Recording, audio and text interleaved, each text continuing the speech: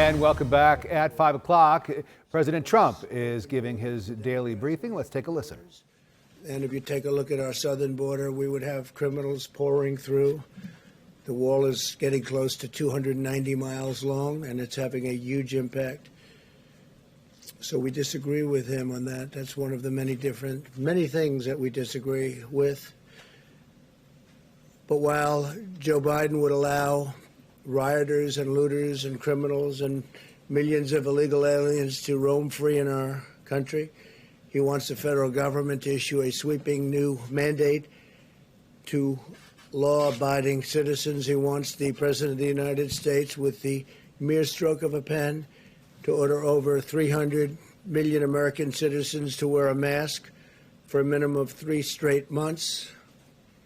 I guess this just happened. He thinks it's good politics, I guess, no matter where they live and no matter their surroundings, because different states are much different, both in terms of the atmosphere itself and also in terms of the corona problem.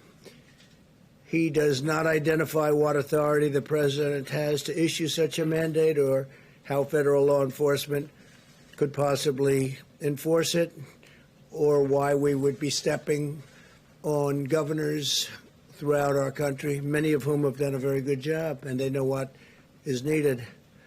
Also, many of our 50 states are doing the job at a level that, frankly, people are really surprised, including foreign governments that are calling us constantly and asking for advice. So I want to just say our governors have worked very hard.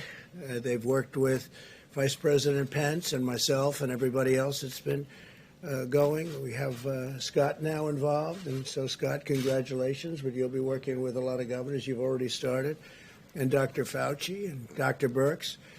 If the president has the unilateral power to order every single citizen to cover their face in nearly all instances, what other powers does he have? That's why he refused, Biden, to take questions. He couldn't answer any of them, couldn't answer the questions. He refuses to take questions. He never takes questions. I take questions. He never takes questions. And you sort of wonder what's going on, because they're not that difficult.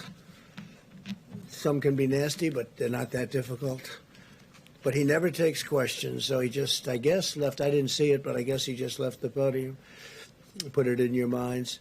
My administration has a different approach. We have urged Americans to wear masks. And I emphasized this is a patriotic thing to do. Maybe they're great, and maybe they're just good. Maybe they're not so good. But frankly, what do you have to lose? You have nothing to lose. So we do, and we've been saying wear them when it's appropriate, especially in terms of social distancing, if you can't distance enough. And what do you have to lose? But again, it's up to the governors, and we want to have a certain freedom. We want to have a certain freedom. That's what we're about.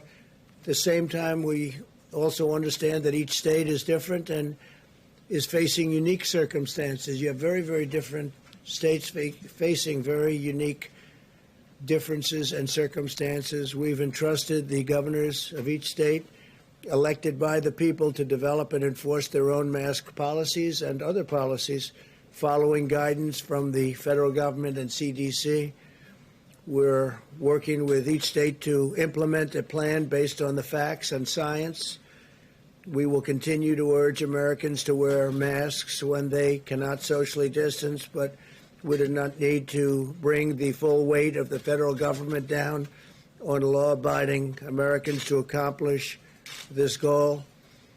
Americans must have their freedoms, and I trust the American people and their governors very much. I trust the American people, and the governors want to do the right thing to make the smart decisions, and Joe doesn't know too much. Unlike the Biden approach, our approach is guided by science. That's why we're focused on protecting the high-risk Americans. That is why we're delivering effective medical treatments to dramatically reduce the fatality rate. And that is why we're developing a vaccine and therapeutics in record time. You'll see that, I think, very soon. Sleepy Joe rejects the scientific approach in favor of locking all Americans in their basements for months on end, which I think is something that Scott would be very opposed to.